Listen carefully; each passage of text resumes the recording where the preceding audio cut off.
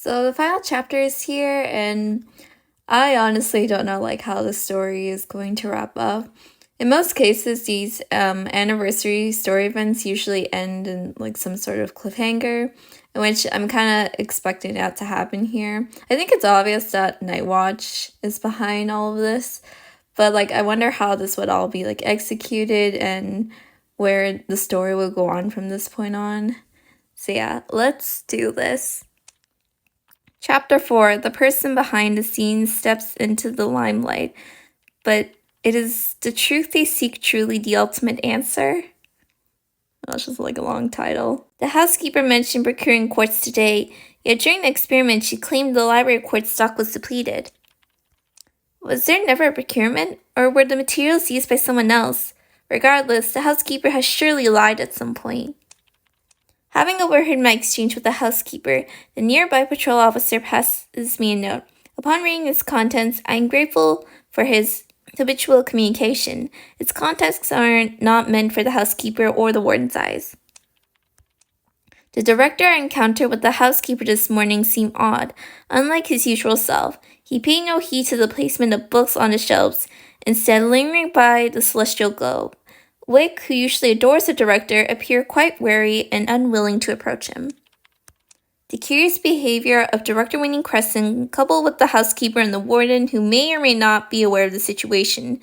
If there is a perpetrator beyond our sight, these anomalies are undoubtedly connected to that individual. Could the housekeeper and the warden just be working together, or could they, be helping the perpetrator without knowing? The townspeople remain unaware of Director Waning Crescent's death. This person's bold claim must have a reason. Perhaps there is a crucial eyewitness in town. I'm not a familiar face to them, thus there should be nothing to fear. Let's go, I'll accompany you. Wait, Officer Jose. What is it? Do you wish to join us? I wish to ask Officer Jose and the patrol officer not to leave. The housekeeper who deliberately lied and the true perpetrator who may still be in the library are likely targeting Arya. I prefer a group not to become too scattered. But these are just my rough suspicions, lacking direct evidence to persuade others and unsuitable to voice openly in front of the housekeeper and warden. Besides, the town might offer clues to crack the case. I need to convey my thoughts to Officer Jose subtly. There are still leads to investigate within the library, and Arya requires protection. Hurry back quickly before the library doors close and you can't get back in. Don't worry, I'm surely bringing you some good news this time. Officer Jose practically hustled the patrol officer out the door, his zeal for the investigation palpable. I appreciate his dedication and his desire to bring results, but a flicker of unease crossed my mind. Does he really understand what I was saying? After bidding them farewell, I used the pretext of discussing the poetry in the notes to converse briefly with Arya in the corner, sharing the information at hand. Without sufficient evidence, I could not directly accuse the warden or housekeeper of complicity, so I advised Arya to be wary of her surroundings. Yet Arya apologizes, regarding the peril this commission might bring upon me. Solving troubles for a client is a detective's duty. I'm a seasoned detective. I won't let this matter confound me. Besides, you could have foreseen the events within the library at the time of commissioning. But I can't, in good conscience, let you risk yourself for my sake. As you said, the perpetrator's target is likely me. The warden or housekeeper, you haven't figured out which one's playing ball with the perpetrator. Or maybe it's both, but the perpetrator has only one target, and when they get their chance, they will surely act, will they not? I believe that if the perpetrator is drawn into action, he will surely pick up on the resulting clues. Protecting you is part of a job, that much is clear. But listen, we've been through a lot together, haven't we? As a friend, there's no way I'm letting you place yourself in harm's way. Yes, we're friends. You're my friend. But truth, sticking by my side throws right into the fire. The culprit's plan could easily snag you too. If you can stay hidden and strike at the right moment, we might actually catch them together. You wish to use yourself as bait? Arya, that would be far too dangerous.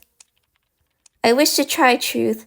This place is where I've lived and learned and what I am soon to inherit. I cannot stand aside, waiting for you to reveal all the answers for me. Aw, Manzai. Well, before I can voice my reluctant agreement, the housekeeper approaches us, having perhaps noticed our prolonged exchange, and initiates conversation. Miss Detective, will you wait for the officers here, or should we head back to the director's office? You mentioning to confirm some suspicions. However, as per our regulations here, the office key cannot be entrusted to just anyone. Should you wish to proceed, I am obliged to accompany you. The housekeeper's sudden query strikes me as rather abrupt. It feels like a nudge in a specific direction, and frankly, she was already the top suspect after all those tangled webs she spun in our last conversation. Her words were laced with lies, and now this pointed inquiry feels more like a veiled attempt to gauge our next move. I can't shake the suspicions she is in cahoots with the perpetrator. Indeed, I am compelled to revisit the director's office. There may be clues we have overlooked. As for Arya, perhaps I can excuse myself and remain in the main hall. Some quiet contemplation beneath the moonlight might spark inspiration for deciphering the poems in Miss Marine's notebook. Oh my gosh, yeah, the body is still there. Oh my gosh. After parting with Arya, the warden decides to join us in our investigation of the office. Thus, I find myself unable to discern which of them conceals a connection to the perpetrator. The housekeeper momentarily impedes me, yet not with a firm resolve. This allows me to hasten back to the main hall. Unexpectedly, my eyes are greeted not only by Arya, but also by Director Waning Crescent, seemingly resurrected and standing beside her. Y'all. Oh my gosh. After a brief moment of shock, I quickly realized that this is not Director Waning Crescent, even though the man before me bears an uncanny resemblance to him. His right hand grips Arya, while his left wields a small knife. What? That left hand is unscathed, and on his finger, under the moonlight, a golden ring still gleams. So is you lurking in the shadows. Whatever you scheme, release Arya at once. The sight of the true malefactor holding Arya captive compels me to maintain my composure, focusing first on how to extricate her from his clutches. However, the old warden soon arrives, unable to mask his shock and rage. How did you get in here, you fraud, you thief? How could the director even have a brother such as you? Y'all. Oh my gosh, why am I looking right now, y'all? What is happening? Oh my gosh, Night Watch. I've always been here. Every great work requires a witness, be it crowned with success or marred by failure. You have all borne witness. The formula that Waning Crescent so devoutly lived by was an utter fallacy, and for this fallacy, he has paid his due price. You're the one who killed the director, you treacherous fiend. Even if the director failed to create the Philosopher's Stone, he surpasses an ignorant, mediocre soul like you 100-fold. Oh my gosh. Y'all, oh my gosh. Mediocre, you say? And you think a director who occasionally graced you with his alchemical wisdom was none other than your esteemed Waning Crescent himself? That was you? Ha! I infiltrated the esoteric order under his guise, even handpicked the next heir, and no one ever doubted me. But now, I no longer need to compare myself to him, nor do I need to think about how to gain the recognition of the order. When I complete the creation of the Philosopher's Stone, it will be those maggots who will bow their noble heads, pursuing the shadow I cast. So the Waning Crescent, the constable encountered this morning, was likely an imposter. The real director Waning Crescent might have met his end in early hours, considering those strange noises heard. But now, the most pressing concern is Arya, who might become the next victim. Of course, because I have delved deeper and comprehended more. This magnificent work can only be completed by one who truly understands. Are you suggesting the previous directors did not comprehend as you do? You even dare to highlight their past errors? If they were never destined to create the Philosopher's Stone, why did you slay them, deliberately imitating a demise akin to the curse? It was never an imitation, but an offering. All who pursued the Philosopher's Stone should be aware of this. Miss Maria has revealed to us the locus of the truth. It lies hidden beneath the surface of the world's veneer, and only the purest, sharpest blade can break through the facade to behold it. If it were merely a matter of assistance, why go to such lengths to draw me here, even holding a knife to my throat? I suspect this favor is not as simple as you make it out to be. my gosh, her little shocked face. As astute young lady you are, truly deserving of being the chosen one. Rest assured, I'm a proponent of equivalent exchange. I seek your active aid in a portion of the transmutation process. Once I successfully create the Philosopher's Stone tonight and become known to posterity as Helios the Greatest, I shall not only release you, but I would also hand over the lost tomes of the Azoth library and the final page of Maria's notes before her demise. You may choose to keep them hidden from the world, just as Director Mercury did, or you may continue to explore the formulas recorded within, along with the truths and secrets that are nothing short of miraculous. What do you say? The lost tomes and the found page of Maria's notes. To those who believe in the esoteric order and alchemy, these must be an exceedingly valuable bargaining chip. I'm unsure if the contemplative Arya is swayed, but the warden's face indeed betrays a look of shock that he cannot disguise. As his words grow increasingly arrogant, the knife edges closer to Arya. I want to rush forward to stop and rescue Arya, but I fear I could not manage alone. The warden's stance is unclear, and the housekeeper is the perpetrator's accomplice. I cannot restrain them both alone, but the patrol officer and Officer Jose are still in town, and you agreed to meet before the drawbridge is raised at 11 o'clock, which means if I could stall them until then, we can unite our efforts. My dear detective, do you wish to rescue this poor young lady? Curse it, the villain has perceived my intent. It seems seeking the warden's aid is my only recourse now. I should indeed respect your efforts. What will you have me do? I wish only to witness the greatest of works reborn. I am but an old man, unfit for brawling with a young girl. You need not to do anything more. Just let these two young ladies realize that you stand with me. That will suffice. Housekeeper, fetch the drawbridge key from the warden and raise the bridge. My desired witnesses are now assembled, and I wish no unrelated parties would be present tonight. I shall see to it. Yeah, she's been working with him this whole time. Come now, Miss Miller. A modicum of cooperation may spare you some discomfort. A scarlet stream begins to flow gently from Arya's wrist, dripping onto a glass bowl of peculiar design.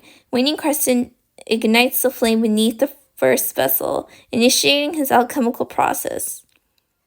Y'all, wait, did he cut her wrists? What? The blade, smeared with some unknown substance, causes Arya's blood to flow uneasily. Her complexion turns noticeably pale. I must find a way to delay or halt the transmutation. Y'all, this is getting intense. Although Arya still stands firm, if the situation remains unchanged, she may well perish from excessive blood loss. With Officer Jose likely unable to return in time, I must thwart this experiment and rescue Arya. Stop the experiment, it won't work. You're just repeating the failures of Director Waning Crescent and all the previous directors. Maria's notes clearly states the Philosopher's Stone cannot be created, and your actions are just a waste of time. They're meaningless. A lie for the gullible. Miss Maria inscribed a true formula within her book. Seeing that I've successfully angered him, I immediately look around for any weapon at hand, ready to seize the moment to dash forth and save Arya when his attention is diverted. Suddenly, I discern a shadow cast by the moonlight through the window above the celestial globe. What? Without making a sound, I cast a discreet glance upward to see that the figure is none other than Officer Jose, lying prone upon the windowsill, one hand gripping a rope, the other signaling me with urgent gestures. Was that sulfur water you just poured in? This is not sacred water. Oh my gosh, yo. Oh, you still possess the strength to speak? It seems you still have the chance to witness the Philosopher's Stone manifested in this world. I concur with Arya's judgment. I remember a poem passed down in Arya's family elucidating the essence of the Philosopher's Stone. As sacred water flows in fire's embrace, we forge anew an unyielding essence. Melting flames do not spell metal's demise, for far from the ashes of roses, a new rose shall rise. Yeah, I don't know how you're able to memorize these long phrases. Water that melts within the essence of flame and possesses the power to reshape metal. The notes conclude that this sacred water has a sting. Is this not the very nature of sulfur combined with water? What if I posit that from your interpretation of sacred water, you chose the wrong element from the very start? Miss Miller, do you hold a differing opinion? I see Arya groping with her hand, moving her body slightly, reaching for the glass ball previously placed beside her. Waning Crescent, focus on the experiment, and her answer does not stop her. An opportune moment. Yo. Whoa. Oh my gosh. As if by some unspoken understanding, or perhaps because he has been observing the situation down here before I could voice a warning, the sound of shattering glass hears Officer Jose's descent. I lunge forward, shielding Arya, rescuing her from Waning Crescent's side. You meddlers, ugh. Before he can take action, a gunshot suddenly rings out beside my ear. Officer Jose, with a scarcely discernible motion, draws his service pistol and shoots Waning Crescent's arm with pinpoint precision. Y'all, you're telling me that this man, climbed up all the way to the window? Because I think that, the housekeeper was, reeling in the drawbridge. So you're telling me this man climbed up this huge building up to that window just to leap off, and you're telling me that he shot Nightwatch in the arm? Don't you move, or I can't guarantee where the next shot will land. Officer Jose, your timing is impeccable. Yo, he is the MVP in this. Oh my gosh. In the moment's urgency, I had scant opportunity for observation. Now, upon closer scrutiny, I note Officer Jose's strange appearance, droplets cascading from his body. Officer Jose, surely you didn't swim over from the opposite bank? Indeed, I did. Some nuances pulled up the drawbridge early, forcing me to take the river. Oh my gosh, this man really swam all the way. How about that, then, eh? Although I haven't exactly been active in the field for a long while, I haven't lost my touch. Back in the army, even infants ranked below me. Remarkable, Officer Jose. Was Mr. Infant second to your first? Not quite. Infant was third, I second. But that's not important now. We caught you red-handed. The patrol officer will be here soon. Do you have anything else to say? If you have also killed the previous directors, it's time you get your dude down at the station.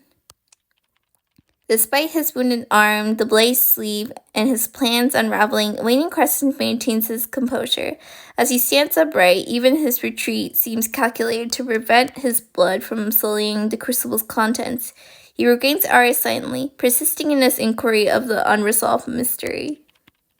So in your opinion, what is the true sacred water? This is just my personal hypothesis. There is a metal that is also crucial in alchemy. I believe it looks like flowing moonlight, doesn't it? Arya presents the bottle she had just secured, the mercury within gliding the moonlight through the transparent glass. Mercury. This was no lie devised to distract your attention. I am convinced that the sacred water documented by Miss Maria is mercury. Then, with mercury, it remains impossible to conjure the Philosopher's Stone. Should you doubt this, the tools and materials are at hand. You may observe as I replicate the process. Arya, mind your wound. Leave the experiment to me. This formula could not birth the Philosopher's Stone, and Maria's final words in her notes are but a lament for humanity's manifest desires. No, this is merely not pure enough. Only the purest of substance may birth the Philosopher's Stone. This very statement demands that both the creator and the elements employed must be of utmost purity. You lack purity, as do I. Those who peer into its secrets shall spill fresh blood upon the purest of elements. Is this the clue you left behind? I have unearthed a new secret and thus paid the price? Ha ha ha ha ha. Maria, is this the curse you bequeath? I looked at the wound on Waning Crescent's arm and suddenly realized that both Arya and Waning Crescent, now privy to the so-called formula for the Philosopher's Stone, have indeed shed much blood, perfectly aligning with the curse, initially chilling, but upon reflection, merely a coincidental twist of fate. You have not laid eyes upon the final page of the notes, and thus cannot fathom its contents. Maria foresaw the moment of my failure when she obtained the Philosopher's Stone. How ludicrous! I once thought if I could successfully create the Philosopher's Stone, I could align my name with the greatest alchemists, sharing their eternal and undying glory. Now it seems I am not worthy of becoming the sun. But I am now indebted to you, Lady Truth and Miss Miller. Having corrected these misconceptions, I advance one step closer to the truth, a fact I shall forever hold dear and for which I am eternally grateful. Spare us with your platitudes. Your next step is to the clink. For the death of Director Waning Crescent, as well as the deaths of Director Philemon and Mars, you better start thinking about how you explain yourself to the judge. With that, Officer Jose, accompanied by the unresisting man, heads towards the town's constabulary, where the patrol officer awaits them. Meanwhile, I assisted Arya in seeking medical attention. The sounds of the drawbridge and the doors opening and closing serve as a full stop, declaring an end to certain matters, at least for now. It is time to bid farewell to this library, shrouded in melancholic moonlight, and to him. I suddenly recall that I am yet unaware of the man's name and life story. Perhaps the police records will know a true name rightfully belonging to him, but forever forgotten. Is that truly the name he wishes to be known by? He must be reluctant to be called Waning Crescent, as it's not his true name. Since he has never mentioned his birth name, there might be stories behind it. Unlike detectives and police, there are no rules I must adhere to. When I return to office and pen the investigation report from the commission, perhaps I shall refer to him as Helios. Yo, what? We're moving on to the epilogue. Words carrying the delta of the past through time, awaiting the answer from the future. What? Maria? This marks the 5th time I beheld the moon through the modest aperture, yet it has transformed into a blurred white blotch in my vision. Perhaps soon I shall no longer be able to continue my chronicles. Having denied it for so long, I still inscribed in my note words that acknowledge the existence of the Philosopher's Stone. I ought not to write them. These notes will not be destroyed. They chronicle my past, my thoughts, and all the experience I've undertaken. Anyone who aspired to create the Philosopher's Stone will assuredly preserve them. The small page merely harbors my personal musings. Humanity is so insignificant, life so fleeting, hence we use words to record moments and etch the traces of our existence. So on this final page, might my inconsequential ruminations receive an affirmative answer someday? I can only leave behind an enigmatic formula, a riddle that spans the ages. Perhaps when it is proven, elements and metals will already bear other names, and alchemy itself will have become a faded legend. To you, the reader from the future, perusing these words, I await your inscription of its proof in the blank space of this page. The end? What? Oh my gosh, you're telling me that was it? What? Yeah, and we have officially completed the story, 100% story progress, in which we actually get Professor's B-tier costume. Man. And then we have Nightwatch, or he's known as Helios here. Man, but that's really how that ends? I thought we would be like using what's the point of using all these like clues and like gathering evidence if we weren't gonna use them? I'm kind of confused about that. It's so weird though. Like, why didn't they actually like have a moment of us using these clues for something to answer? It kind of just like gave us the answer in the last chapter there. Oh yeah, we have like the testimonies. So yeah, as for like my overall thoughts of the story, I would say that I enjoy this like a bit more than the previous anniversary event with like the voyage of Oceanus, but I'm just kind of confused about like the whole mystery solving aspect of it. I mean, it was kind of obvious that it was like Nightwatch, but the way they just like revealed to it, like without like any use of the evidence, or there was like no final like deduction at the very end, like even like the epilogue where it just showed Maria's like, I think it was she was reciting like the last page of of her notebook, but like it didn't really show what happened. But also with like Lady Truth, I don't know, like her final deductions of this case. When you think about it, like in that sense, I just kind of find it a bit strange, which is kind of a shame because I did find like the beginning and like the investigating part to be like really interesting, but like it just happened to end like this. I did really enjoy how we have like the story focusing on Lady Truth and that y'all like Officer Jose coming in clutch. Honestly, like I think Jose really helped carried this event. But yeah, I also wonder if like for like Night Watch, or I guess like Helios himself, like if he is gonna be featured in like another anniversary event, if he's gonna be brought back, because you didn't really like delve into his like own backstory, his motivations, unless his motivation was to just like seek power. But like yeah, I feel like there should be like more to his story though. Honestly, like without that whole like using our evidence to like prove something, I feel like the way the story just happened was kind of rushed in that sense. Especially like the epilogue was like a lot shorter than it needs to be. I feel like we could have like added a bit more there. But yeah, I would say the story is alright, I guess. But yeah, that leaves the end to this anniversary event. Just want to thank y'all for joining me, and until next time.